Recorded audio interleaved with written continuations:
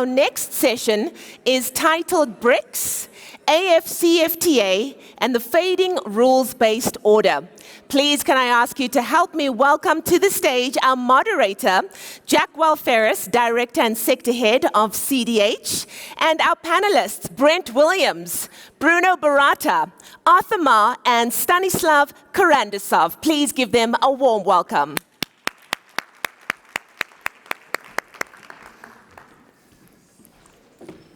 Thank you, Leanne. Good afternoon, everyone. I know we are interrupting your lunch. Apologies. It would have been a bigger interruption because we were supposed to start at 1:30. So hopefully you've had time to enjoy your lunch. As the MC indicated, so the panel discussion today is obviously in the midst of what we call a fragmented or faded rules-based order, fragmented global order. And the topic that we selected for this was BRICS, because it talks about the global south and the alternative or a parallel stream in terms of from an economic perspective.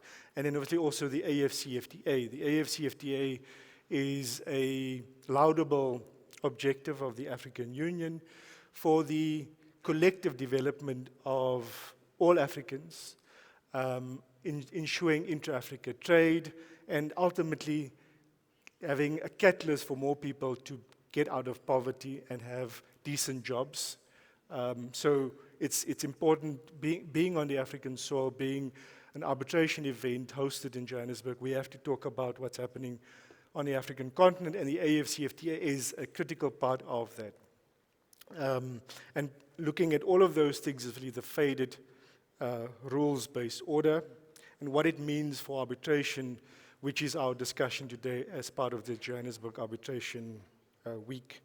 So before I'm going to formally introduce all panelists, so we have panelists, as you can see on the screen, joining us from various regions on the globe, which is part of the BRICS initiative. So from China, Brazil, Russia on the stage, and obviously South Africa, represented by Brent, CDH's CEO. So just for some formalities, I need to also acknowledge, obviously, there's a lot of dignitaries, so Your Excellencies, distinguished former heads of states, honored guests, and delegates. Again, I welcome you to the fourth session of the Johannesburg Arbitration Week, co-hosted by Cliff Decker-Hofmeyer, CDH. For those who do not know CDH, we are one of the largest law firms on the continent and have one of the leading dispute settlement or resolution practices on the African continent. And on behalf of CDH, we are proud to be part of this discussion and forum. So let me get straight into the substance. The session is not about the collapse of the rules-based order. It is about understanding what it has become and what that means for every single practitioner and arbitration practitioner in this room. I've identified, and there might be more, 5 forces that are driving the shift from a rules base to what some now call a transactional or a post-legal global order. The first, and most of us would have experienced that in our various jurisdictions, whether you are in Europe, whether you're in Asia, South America, or Africa, it is tariffs. Tariffs as a national security instrument. So in April 2025, the US imposed tariffs on several countries globally, including on a number of African jurisdictions or countries. One of the harshest ones was probably on a country that is so dependent on exports to the US, is Lesotho. 50% tariffs on a country that exports textiles to the US based on AGOA. South Africa, as we all know, was also impacted by that. Botswana was impacted by that. and several other African countries. So these are not conventional trade protection measures. They are instruments of geopolitical leverage, reshaping supply chains, investment decisions that companies make, and ultimately disputes risk across the value chain and on the continent. And one of the examples, I think globally, you look at these instruments or the measures imposed by, and I'm using the US as an example because that's factually so, is also the effectiveness and the paralysis of dispute settlement systems like the WTO. From December 2019, the US has vetoed the appointment of a number of appeal body members. And that has also resulted in parties not being able to take those trade disputes up to the highest level. So you have a paralysis in the resolution of dispute settlements also. And what is happening? If the investors, commercial parties have to now re-look at how to structure contracts. Is trade issues now a force majeure event?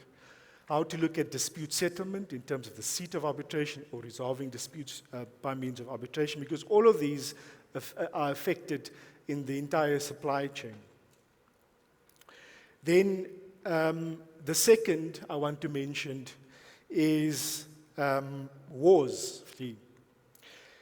Wars that are actively testing the 1945 rules-based order in real time. Sudan, Gaza, Lebanon, Iran, Eastern DRC, etc. Not simply a humanitarian crisis, but the primary theater in which the architecture of international law is being placed under its most sustained pressure since the Cold War. We look at the UN Security Council. It's effectively in paralysis, so effective paralysis. The US repeatedly blocked ceasefire resolutions in Gaza, Lebanon, Russia and China vetoing enforceability measures in Iran, an enforcement vacuum at the apex of the legal system. So two parallels, Security Council, the WTO. We can see the faded rules-based order. Article 2.4 of the UN Charter on the prohibition on the use of force is being tested by a doctrine of preempt defense that no Security Council resolution has ever authorized. Whether one characterizes this as interpretation at the margins or something more fundamental, the practical effect is that the legal framework governing the use of force is under severe strain. And we can see the impacts also from a commercial perspective. Strait of Hormuz, the impact from economic perspective for all countries, including the African continent, on the increase in fuel prices and so on. The third pillar is, and this speaks directly to those in this room who practice in or engage in international legal institutions. Those institutions are themselves under assault. Because the UN political tracks are blocked, states have turned to the ICJ and the ICC as a weapon of last resort. Lawyers call this lawfaring. It reflects a desperate belief in legal institutions, but also destroying them. The ICJ provisional orders in Gaza proceedings have not been complied with. The ICJ judges and prosecutors have been personally sanctioned under US executive orders last year. The EU has deployed blocking statutes against extraterritorial US sanctions, and the pattern of differential enforcement is now widely observed. ICC warrants for Russian officials actively pursued. Those in other contexts met with the market different institutional and political responses, and we can see this playing out in a world of double standards. The implication of this for this room is direct. As practitioners in the arbitral field if ICC officials can be personally sanctioned for decisions that conflict with a country's interests. The professional risk landscape of arbitrators in politically sensitive matters has changed fundamentally. The fifth, the weaponization or weaponized interdependence. And I'm not going to go into the detail, but the SWIFT and the dollar are now openly geopolitical instruments. Trade fragmentation could cost, and this is the estimate by the World Bank, between 7 and 10% of global GDP. We also, from interdependence last week, on the 1st of May, you would have read that also from a trade perspective, what China has done is to allow for free access of African goods to be exported into China, so for 53 African countries, which is remarkable. And obviously that again demonstrates the shift towards the East. Now the bottom line on this is that for investors, legal protection are no longer a safe net. They are a navigation point in a much more transactional world that has become significantly dangerous. Now, before I go to the panelists, because we're talking about BRICS and the AfCFTA, it's also to give you some context and the background to BRICS. BRICS is no longer, as we all know, it's no longer a talking shop. There's 11 full members, 13 partner countries, nearly half of the world's population, roughly 40% of global GDP, and the new development bank has approved, as of today, 139 projects totaling nearly 43 billion rand.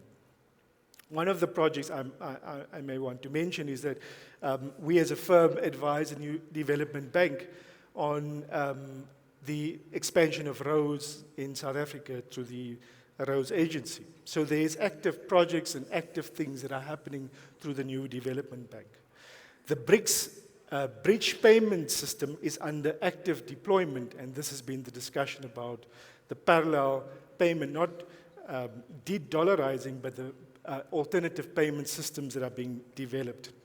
But there's also a central paradox to all of this, is that in the context of the new development bank, there's two members that can actually not access, and it shows you against the dilemma, funding from the new development bank. Russia and Iran. As a consequence of secondary sanctions, they cannot access funding for projects in their own jurisdictions. Then coming back to the AfCFTA, so Africa is midway through the most ambitious free trade integration project in history. 55 countries, 1.4 billion people, $3.4 trillion in combined GDP. The potential is significant. But intra-Africa trade remains at its lowest. It's about 20% of total exports. And if you compare that to Asia, intra-Africa Asian trade is at about 50%. So we can see the big lag. And part of that is we also see the opportunity. So from an African perspective, what's happened this year is under the guise of President of Kenya, there has been more efforts put in to ensure that by the end of this year, in addition to the other agreements that has been signed, the protocol investment, the protocol on digital trade and competition is finalized and adopted by all countries to give real effect to investment, because you're not going to have investment in trade-related infrastructure if there's not sufficient protection provided for that. And the panel will also discuss that. One of the fundamental parts for our discussion is dispute settlement, and the dispute settlement mechanism under the AfCFTA is under the main protocol, which is only for state-to-state parties, trade, but on investments, and that's the most significant, where all of you will most probably be involved, is investors who invest in infrastructure, whether in the DRC or in in Rwanda want certainty and protection, and that's the instrument that will hopefully provide for that. But the debate is what type of enforcement mechanism from a dispute settlement perspective should there be? Is it arbitration or is it something else? And that brings me then to the panel and the questions. And I'm going to start in Brazil with Bruno. Bruno, as I mentioned, he's a senior partner at DCD Law. He has offices in Brazil, China, UAE, and India, and he has been instrumental also in navigating the BRICS legal forum and ensuring that we have discussions about arbitration. So, Bruno, let me start with the first question. And we met in 2023 during the Johannesburg BRICS Legal Forum. And welcome. Can you hear me, Bruno? Hello, Jackwell. Yes, I can hear you very well. Thank you. Welcome to Johannesburg. It's a pleasure to be here. Same here. So, Bruno, you signed the 2023 Johannesburg Declaration at the 8th BRICS Legal Forum. The session also resolved that the AfCFTA rules would be used as a benchmark for BRICS dispute resolution, and also proposed a specialized wing for investment dispute settlement. So Brazil then hosted last year in Rio the 10th Legal Forum. So in respect of that, what has happened in terms of implementation? Where are we now post-Johannesburg 2023? And is there actually effective steps being taken to materialize the BRICS arbitration framework? Over to you. Okay, so Jackwell, thank you so much. Thank you. Thank you, our moderator. Thank you, my dear co-panelists of this session, and of course to the audience. So I'm very happy to participate at this event. Unfortunately, not in person. So my last time, as Jackwell said, was in 2023 in Johannesburg. So I also spoke in Cape Town in the BRICS Legal Forum in 2018, if I'm not wrong. But for the last event, I had this gift here that is in my office. So if you can see, this is the gift I gave by our South African friends in 2023. So I'm very happy to speak again, and I'm in person the next time. So answering your first question, Jackwell, where are we in this BRICS arbitration center, and this idea that we had a couple of years ago, a lot of things in Johannesburg in our last forum in South Africa. So let me give you the honest answer first. So where's the BRICS Arbitration Center today? It is more groundwork than finished building so far. So and I think this is fine. It is exactly where we're at this stage. So when we signed the Johannesburg Declaration in 2023, nobody in that room thought that we were launching a competitor to the ICC in the next morning, for example.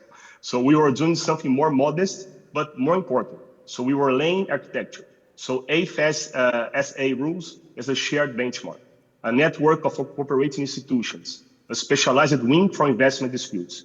So 2 legal forums later, the most recent, as you said, in Rio last year, 3 things have actually moved. So the first one, our procedural protocols are now harmonized enough that you can run a case with seats alternating across BRICS institutions. That sounds technical, but it's the puzzle everything else depends on.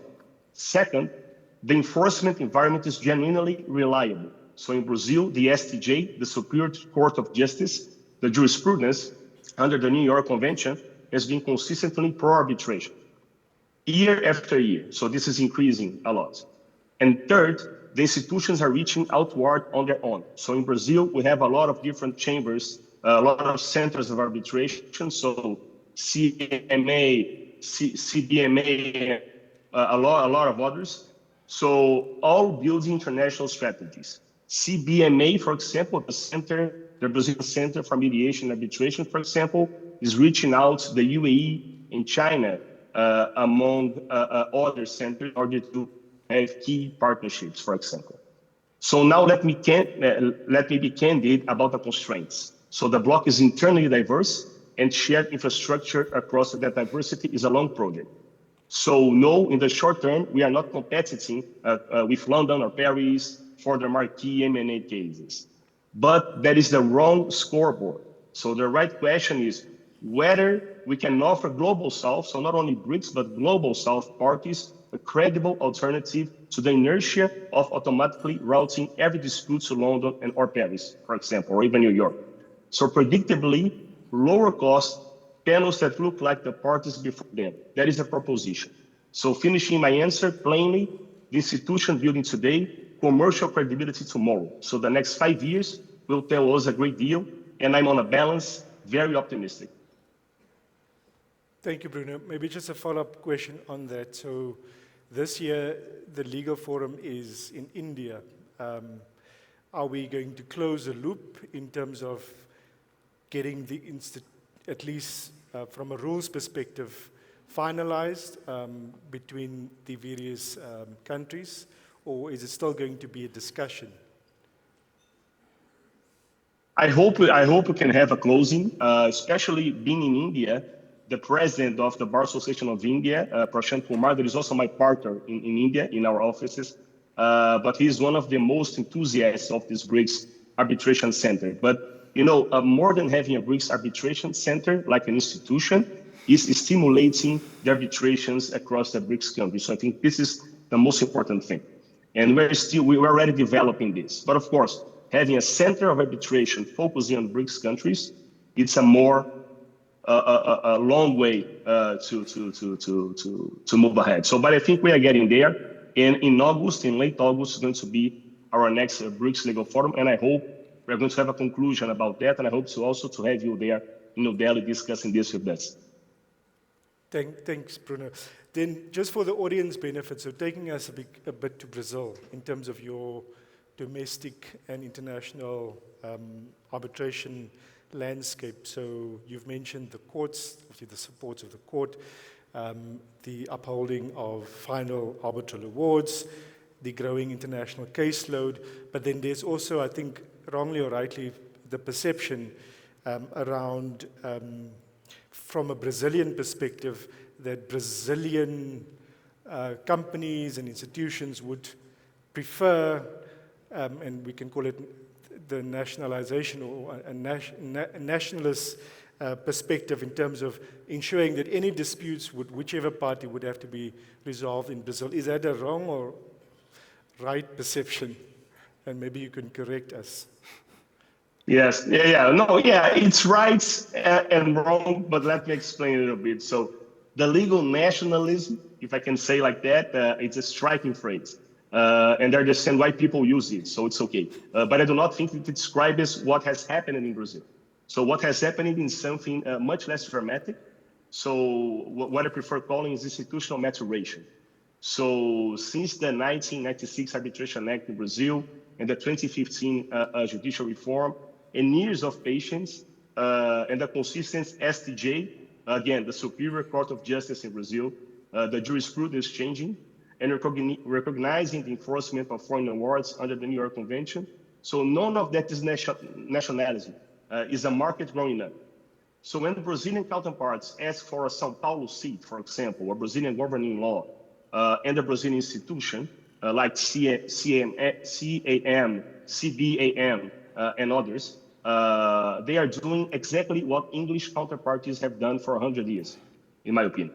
So they are contracting from a position of strength. This is confidence and not a nationalism. That said, and there is a key part now. So that said, and I want to be very fair with the question, the risk is real. So there is a moment when strength tips into insularity. So I have a seat in transaction, I have set transactions where insisting on the Brazilian seat became a genuine obstacle for a foreign investor who just wanted neutrality. And I have seen tribunals where preference for Brazilian arbitrators excluded technical expertise in energy, telecoms, IP, so a lot of different areas. So those are moments where pride starts to cost the business. But the dominant trend is the opposite. So Brazil is moving towards being a regional hub for Latin America in the spirit of what like Singapore built in Southeast Asia, for example. So as the clearest evidence is the outward movement of our institutions. So into the Emirates, into China, into India. So the Brazilian centers of arbitration are now looking for corporations in other countries. For example, the Shanghai Arbitration Center, SHIAC, they had a delegation that came to Brazil in the BRICS Legal Forum last year, and we had a lot of different meetings with arbitration centers with SHIAC. So we're trying to build some corporations in order to have arbitrations in China also, instead of only in Brazil. So this is not a closed system. So this is a market that knows credibility cannot be decreed in a contract clause. So this is my opinion. So we have a nationalism, but I think we are spreading this, develop this to other countries. Thanks, Bruno. I think you've done well to explain it. I think it's the parallel that you've drawn is it's not just a Brazilian thing, but it's if you go to any other jurisdiction, if you have economic power and muscle, you'll probably want to say the seat of arbitration should be Sao Paulo, the seat of arbitration should be Johannesburg. It also comes down to economics. Then my last question to you before we go to China is just from looking at technology, AI in Brazil and the utilization of that in your day-to-day use and arbitrations, how is that evolving in Brazil? That's a very good question, and one of my favorite topics of studying and also of discussion. So I think the pandemic was the inflection point, not only Brazil, of course, but all over the world. So Brazil has a very fast movement in adopting new technologies in the justice system. So not only in the legal profession, but also in the courts. So virtual hearings, which used to be an exception before the pandemic, and were almost routinely challenged. So are now simply how we work. So standards for evidentiary phases and increasingly comfortable for final hearings when parties are arbitrators are scattered across jurisdictions. So technology is like a common daily thing for us now, even in arbitration or in the courts, litigation, and so on and so forth. So the practical consequence is significant. So mid-size arbitrations in the range of $1 to $10 million, for example, that used it to be economically impossible because of logistics are now perfectly viable. That has opened the door for medium-sized companies previously stuck in the courts. It is, in a real sense, a democratization of the system. And ODR, I think everybody knows what ODR is, online dispute resolutions. So Brazil has been quietly building real experience, particularly in consumer disputes and less complex corporate matters. So the public platform, consumidor.gov.br, so this is consumer in Portuguese, .com.br, processes millions of cases a year. That is not an international arbitration in the classical sense, but is something arguably more important, the construction of a culture of technology-mediated resolution. And cultures, once they form, migrate upwards in the value chain. On AI, let me be candid. So there is a really substantial use in document review, case law research, predictive analytics. So I am enthusiastic about all of that. But I am gently cautious about the conversation around AI as a decision maker. Arbitrators are chosen for the judgment, and judgment is not something you reduce to an algorithm without losing something important.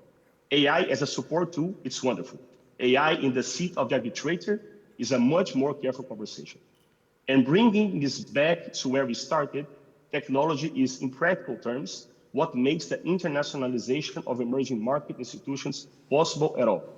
The expansion of Brazilian centers into UAE, China, India, South Africa, and other locations would be prohibitively expensive without virtual hearings, secure communications, remote document management, and others. And here we have a quiet comparative advantage. We built our digital infrastructure without the weight of legacy systems some traditional centers are still working around. So this is my opinion about the use of technology and AI in the arbitration. Thank you, Bruno. I think that's interesting to note, and we probably might come back to it with the other panelists also. So thank you for the Brazilian perspective, and I'm going to move now over to China, the approach in international dispute settlement and how that has been evolving. So our panelist from China, as I mentioned, is Arthur Ma. He is a partner at Dahui lawyers based in Beijing, the People's Republic of China. Arthur, welcome. Can you hear us? I think you're on mute. Hi, everyone. Hello. I'm Arthur Ma from Dahui Lawyers from China. Thank you for joining us, Arthur. We really do appreciate it. And I know it's a bit late in Beijing. It's now at 20 to 9, I think. But thank you for joining us. But it's okay. So late. So, Arthur, I think one of the, and here we're going to go straight into what's happening in China from an arbitration perspective. And we know that last year there's been significant changes in the arbitration landscape in China. And if you can maybe, from what has already been in practice and now it's been codified, it's now part of law. And in terms of that, if you can maybe just take us to what has been the changes, why is it significant for us to know as arbitration practitioners in terms of selecting Beijing as a seat or Shanghai as a seat of arbitration, either through any of the forums that are also based in China? Thank you very much for the question. For some reason, technical reason, I can't see myself on the screen. I can't see the audience, but I will we can see answer you, the question Arthur. anyway.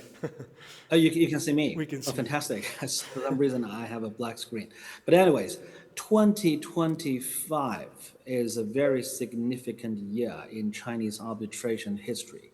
Why? Because the Arbitration Act or the Arbitration Law, which was first put in place some 30 years ago, back in 1994, 1995, was updated. And the new version was launched, was officially promulgated by the National People's Congress. And this round of change, I don't know how many of you have been following the discussions in the past 2 to 3 years when several drafts were circulated for comments. But this new version brought Chinese arbitration practice and legal framework in many aspects aligned with the mainstream international norms.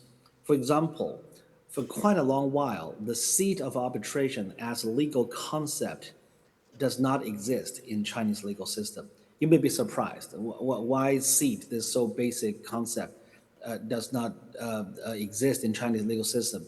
But that was the fact until this time when formally the new Arbitration Act recognized the significant concept of seat of arbitration.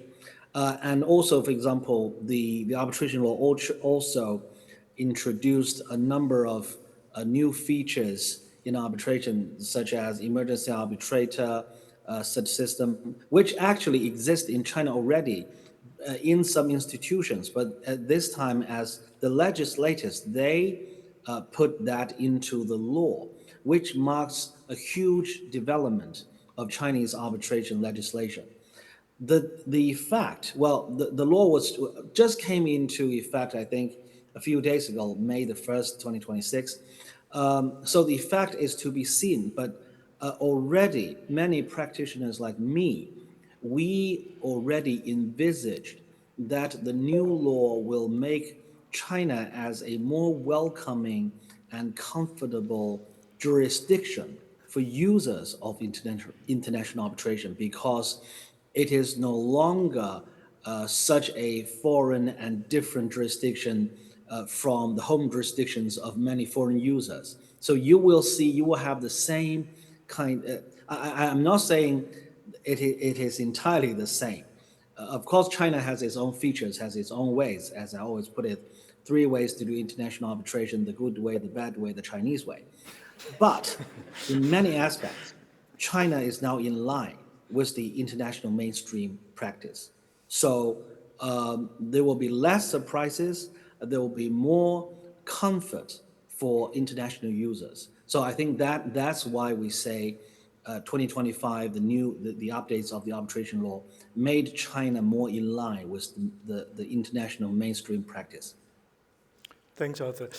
Can I, in terms of the uptick in the use of a number of the seats in China, has there been a significant uptick in the caseload and the use of those arbitral institutions like CTEC and BAC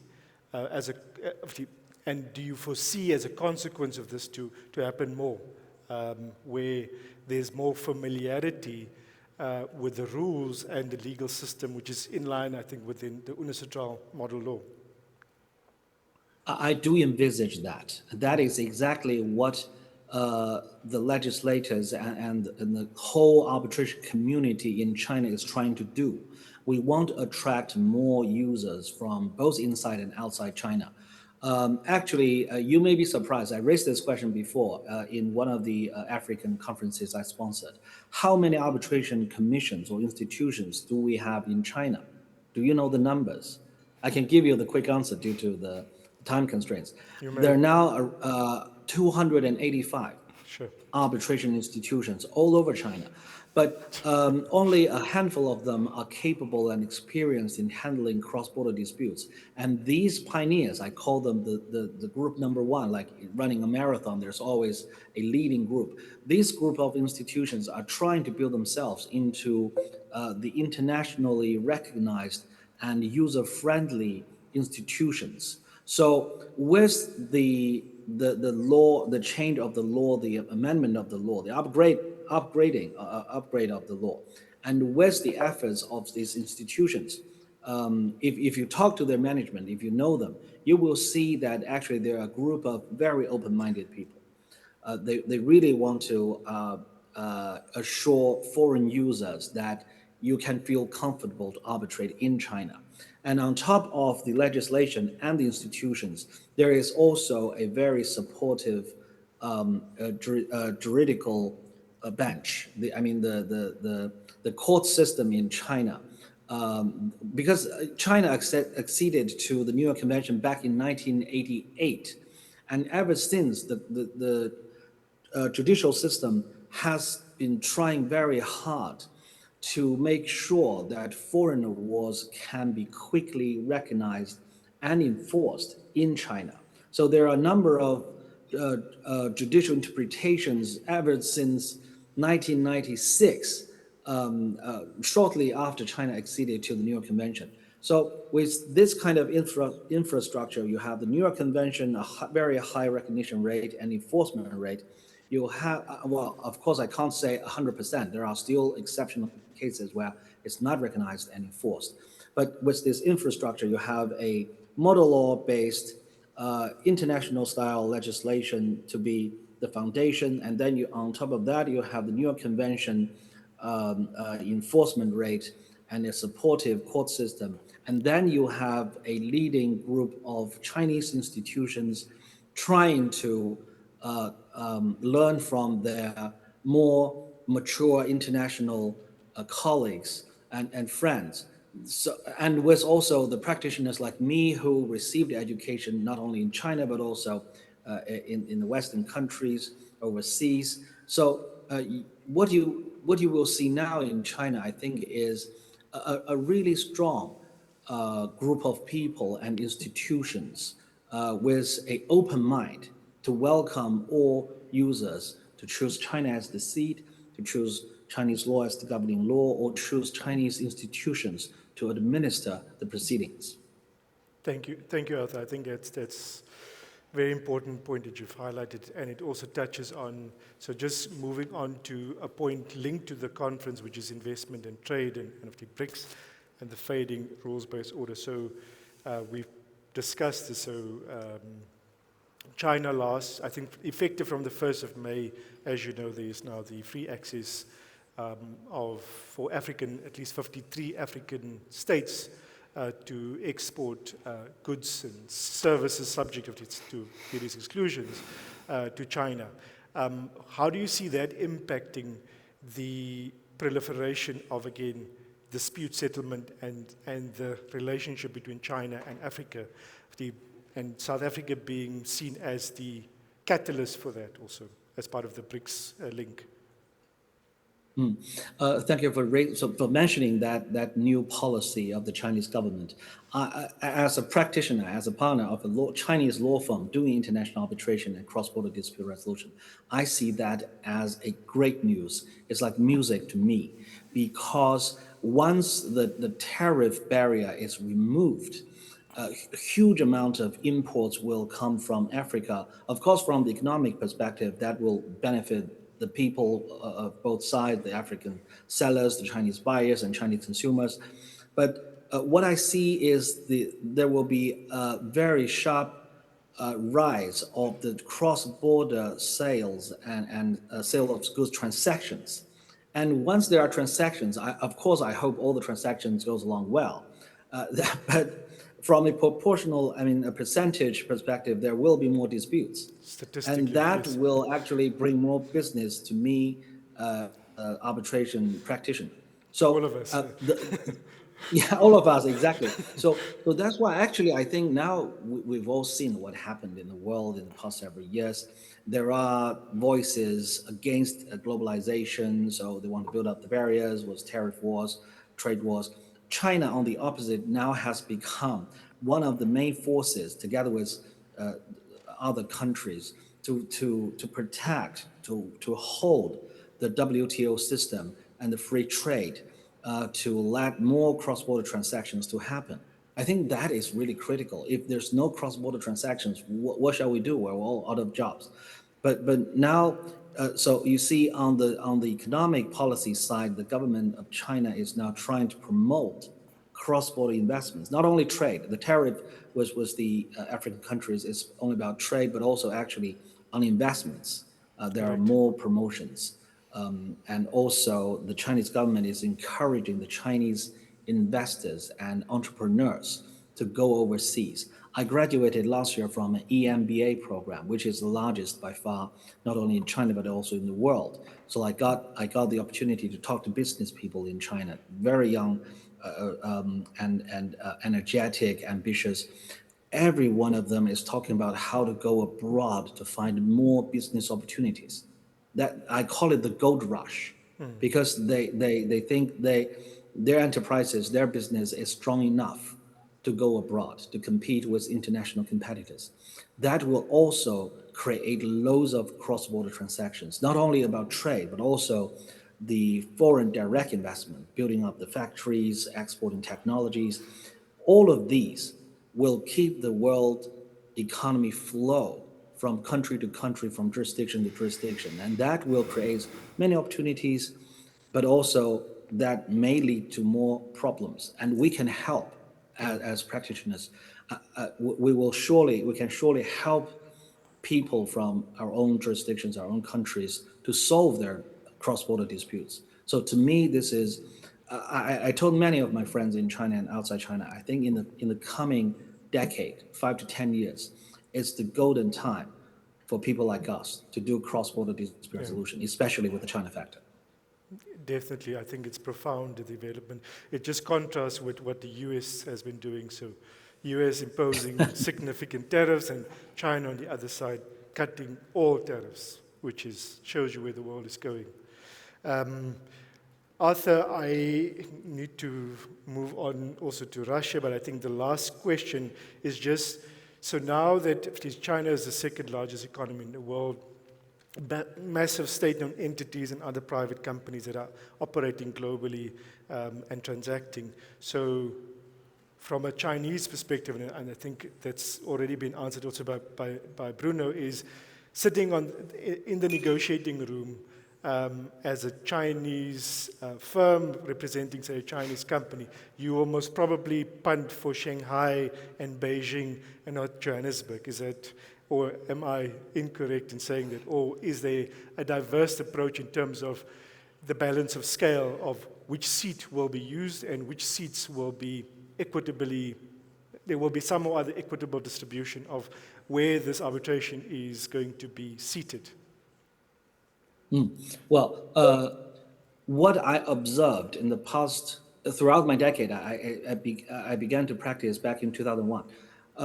It's really, I can see the change, the shift of bargaining power.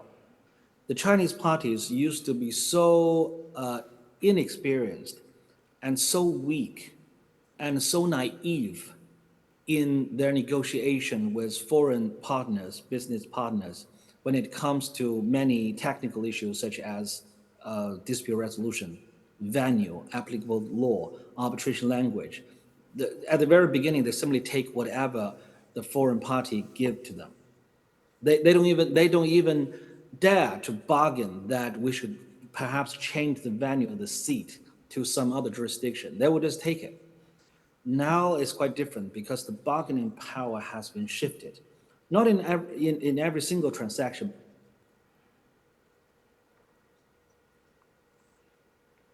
Arthur, we've lost you.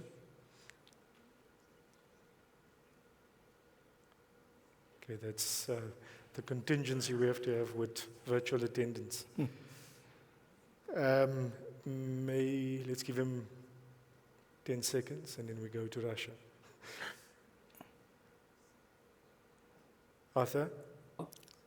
Hello, can you hear me? Hello? Yes, we can hear you. Sorry, we lost you. I'm using.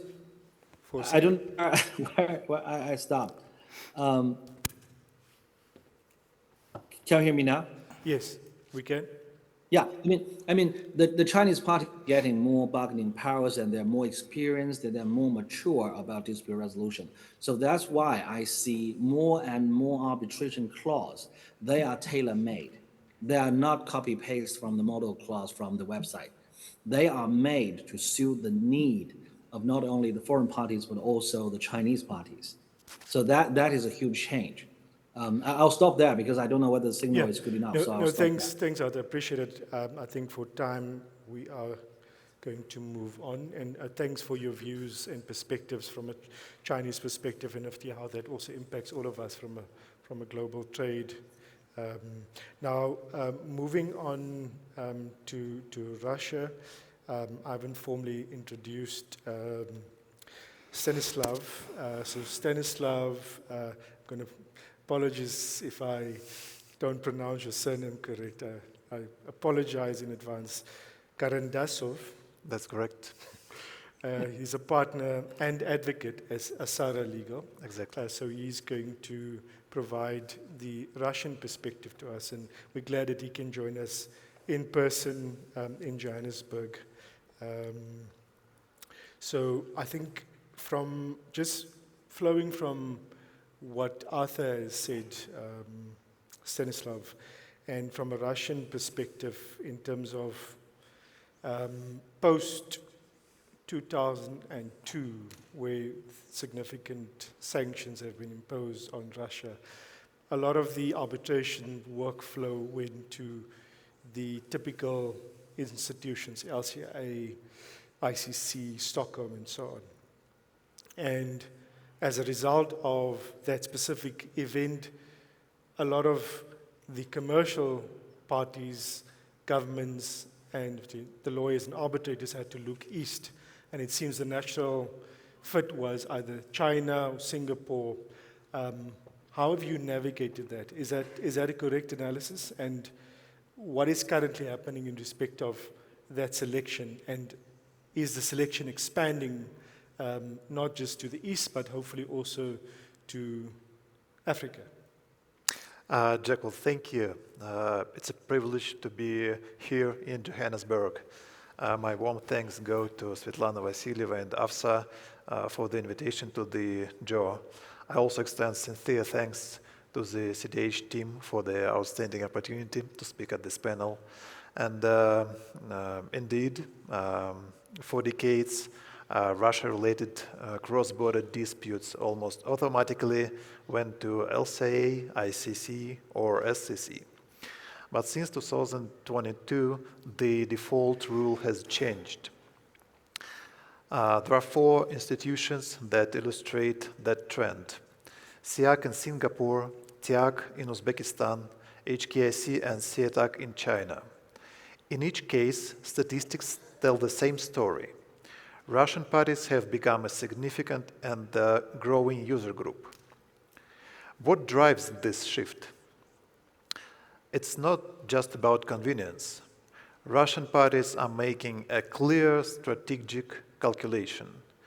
They need an institution that, first, can handle complex, multi-party disputes when sanctions are in play. Second, operates from a jurisdiction which has not imposed sanctions against Russia.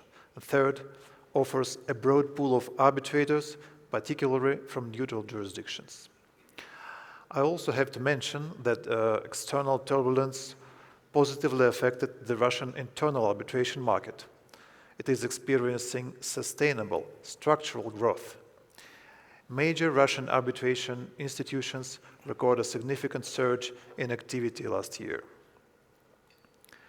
Turning to Africa, its opportunities are still to be developed by the Russian parties. There are some practical steps already made in this direction. For instance, Korsika, a well-known Egyptian-based arbitral institution, has been recently added on the list of the recognized permanent arbitral institutions maintained by the Russian Ministry of Justice. What does it mean? That in principle makes Korsika available to Russian parties as an approved forum. Looking ahead, AfCFTA merits attention as a potential alternative, particularly given South Africa's position as a friendly enforcement jurisdiction and its growing prominence in the resolution of high-value international disputes. Thank you, Stanislav. And I think one of the important discussion points for anyone in the room is always about enforcement, the enforcement of arbitral awards. And there's been a recent judgment also by our Supreme Court of Appeal in respect of a Russian, I think, court order, court judgment. And that has been upheld, and it's now being enforced also in various other jurisdictions. So from an enforcement perspective, what is the difficulties that you've experienced representing Russian parties trying to enforce awards globally? Yes, the arbitration award or judgment is only available if it can be enforced somewhere. Since 2022, some jurisdictions have de facto closed their doors to Russian parties seeking enforcement. The question then is where enforcement is actually happening. The answer lies in what practitioners now call friendly jurisdictions. Those states that have not imposed sanctions, their own sanctions against Russia. South Africa is a leading example, and we now have concrete case law to point to. In June 2024, the Gauteng Division of the High Court granted a Russian entity permission to attach assets held by Google. This was in support of a judgment from the Moscow Arbitrage Court. This is Moscow Commercial Court. In October 2025, the Supreme Court of Appeal confirmed the enforcement of judgment and ordered Google to pay roughly $100 million. It deserves attention that the original Russian judgment had been issued under the Lugovoy law, the statute that empowers Russian courts to assert exclusive jurisdiction over sanctioned parties. That alone would have blocked the enforcement, for instance, in EU. Russian judgments are being recognized and enforced in China, in India, in Kazakhstan, UAE, Turkey, and Israel. For instance, in India, the Bombay High Court has even granted interim measures in aid of recognition of a Russian court judgment in Eurochem versus Technimont case in 2026. The Russian court jurisdiction in this case was also based on the Lugovoy law. In fact, modern post-award strategy of the Russian parties requires a combination of forensic, asset tracing, and legal analysis. We start with tracing asset footprints across multiple jurisdictions and identifying which of them qualify as friendly. Only after identifying assets in friendly jurisdictions do we turn to the legal analysis, whether the award is in principle enforceable there. This sequence ensures that enforcement efforts remain both legally viable and commercially efficient, avoiding unnecessary analysis in jurisdictions where recovery is unlikely. Thank you. Thanks, Stan. I think the last question to use, and potentially one of the more difficult questions to answer, and it's not typically also asked in the open domain, is as a Russian law firm practicing international arbitration, with all the sanctions that are also applicable, and as a direct material impact on firms operating in the international space, how are you navigating the complexity of representing clients that are potentially also sanctioned, and you obviously need to navigate around that because you're also linked into the ultimately the payment systems and so on. So how does a Russian law firm navigate these complexities? Thank you for the question. Actually, we've managed to navigate these turbulent waters. The operational reality for the Russian firms over the last 4 years has been one of the continuous adaptation, and the record shows that the adaptation was successful. I would stress 3 points. First, clients' instructions. The nature of the instructions from Russian parties has changed substantially. Where clients once arrived with a dispute already crystallized and the arbitral institution already in mind, now they seek strategic advice at the very outset of a commercial relationship, often before a contract is even signed. The questions are: which arbitral institution, which seat, which governing law, and critically, where the enforcement is likely to take place. Second, co-counsels network. Engaging EU, US, or UK-based law firms have become more complicated for Russian parties. We have responded by discovering the new opportunities of collaboration with practitioners in Singapore, Hong Kong, and UAE and other neutral jurisdictions. Third is payment logistics. Banking restrictions have created real friction in the cross-border movement of legal fees. Corresponding banks in sanctions-exposed jurisdictions routinely block or delay transfers involving Russian entities, even where the underlying payment is entirely lawful. Russian law firms have responded pragmatically. Many have built their own payment infrastructure, routing fee flows through the neutral jurisdictions via trusted payment agents. This allows us to engage foreign co-counsels and cover institutional costs without unnecessary delays or compliance failures. Therefore, even though the new environment is more demanding than before, Russian practitioners are successfully meeting that demand. Thank you, Stanislav.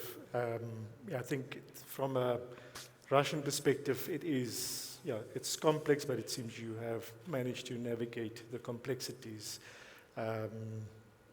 Just from a time perspective, I think we have an additional 10 minutes because we still have to cover South Africa.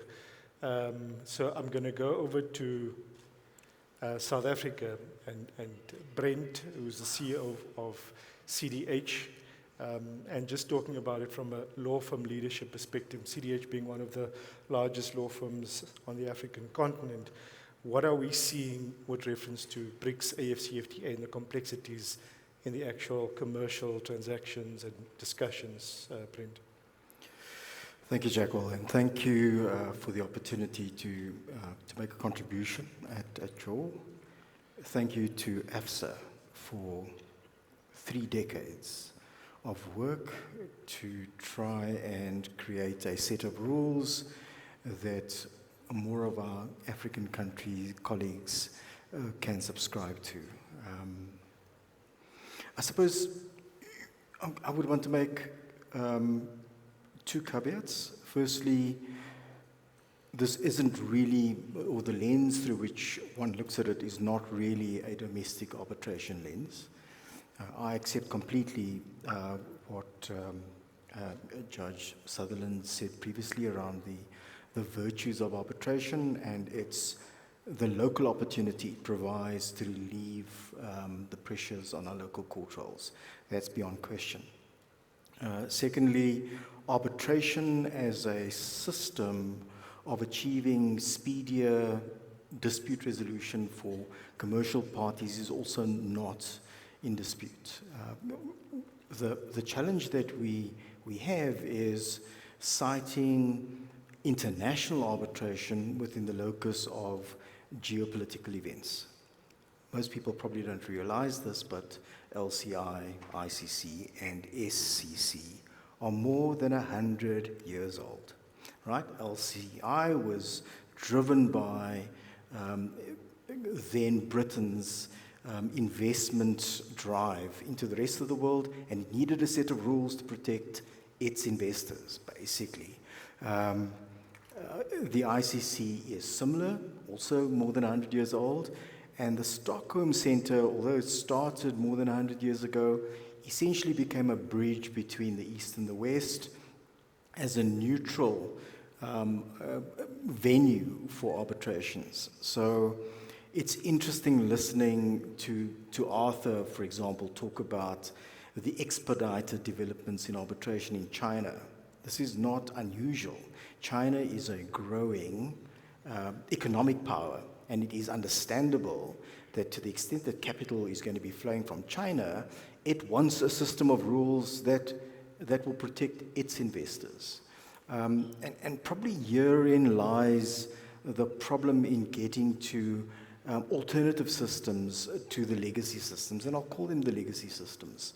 LCI, LCIA, ICC, and SCC are legacy systems. Although they have those histories of origins, what they've had is the opportunity to build enormous credibility and in their systems and trust in their systems over a lengthy period of time.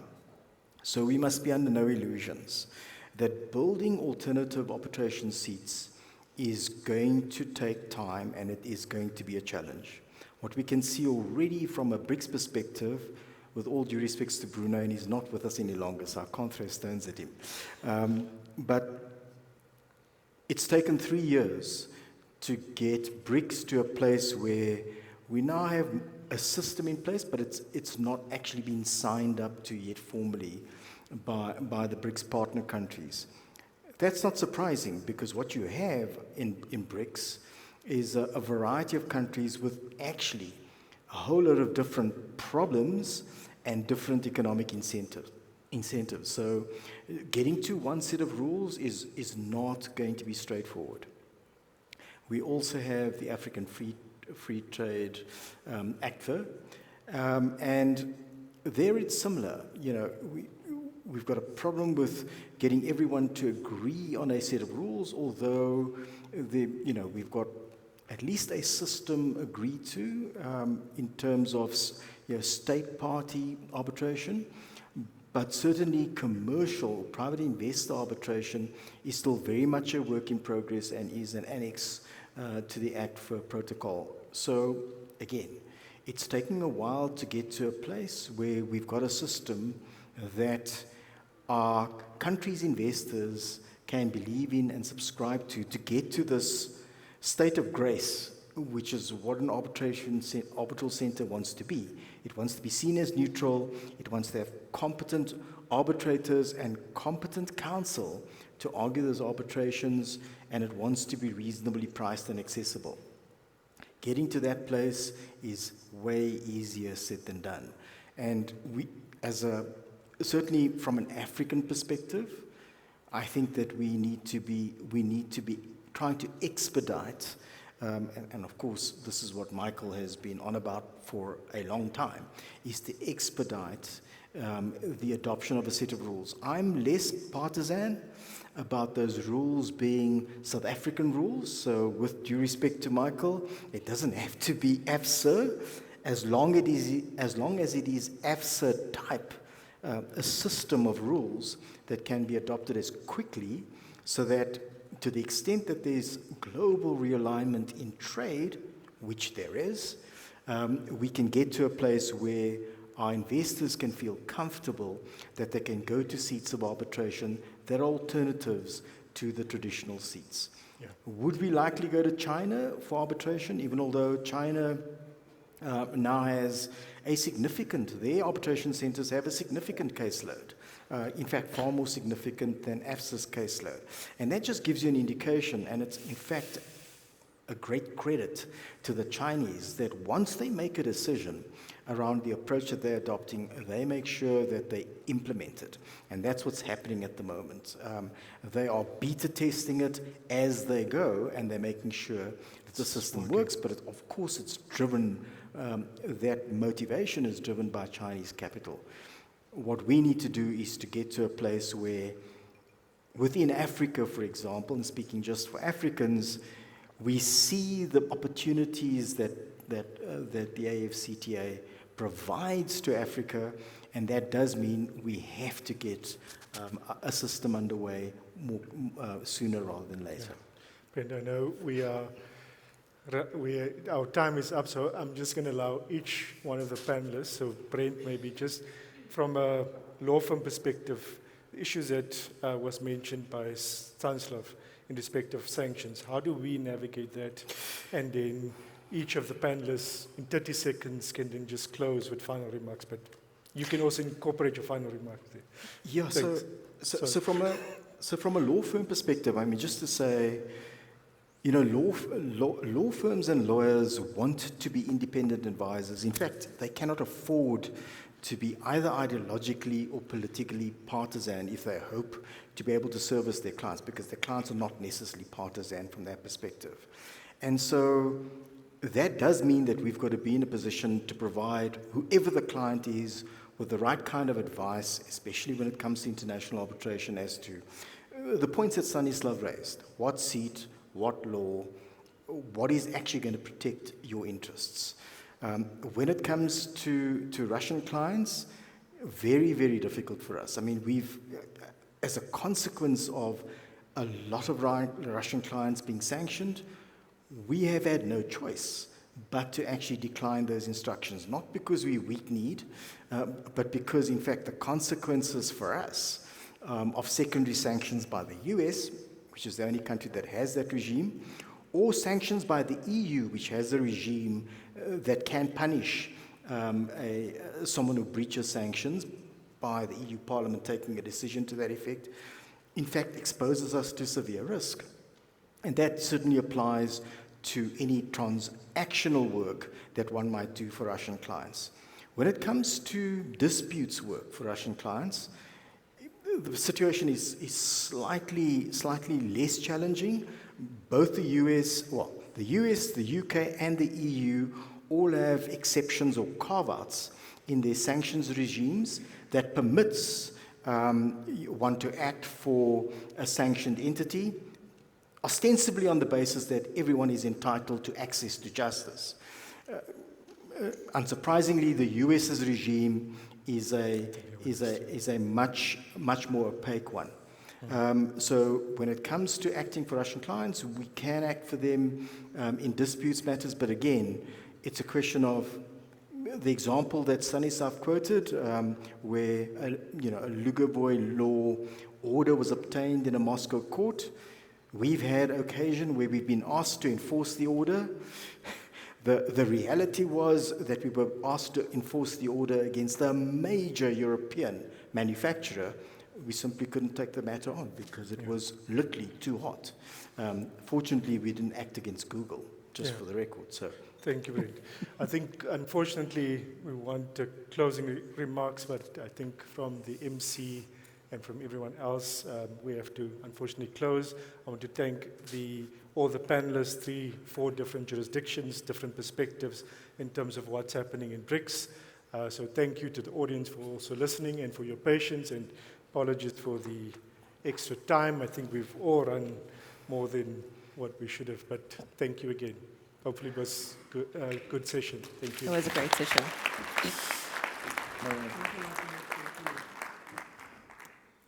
Thank you so much. Can we give our moderator and panelists a big round of applause? It was a great session.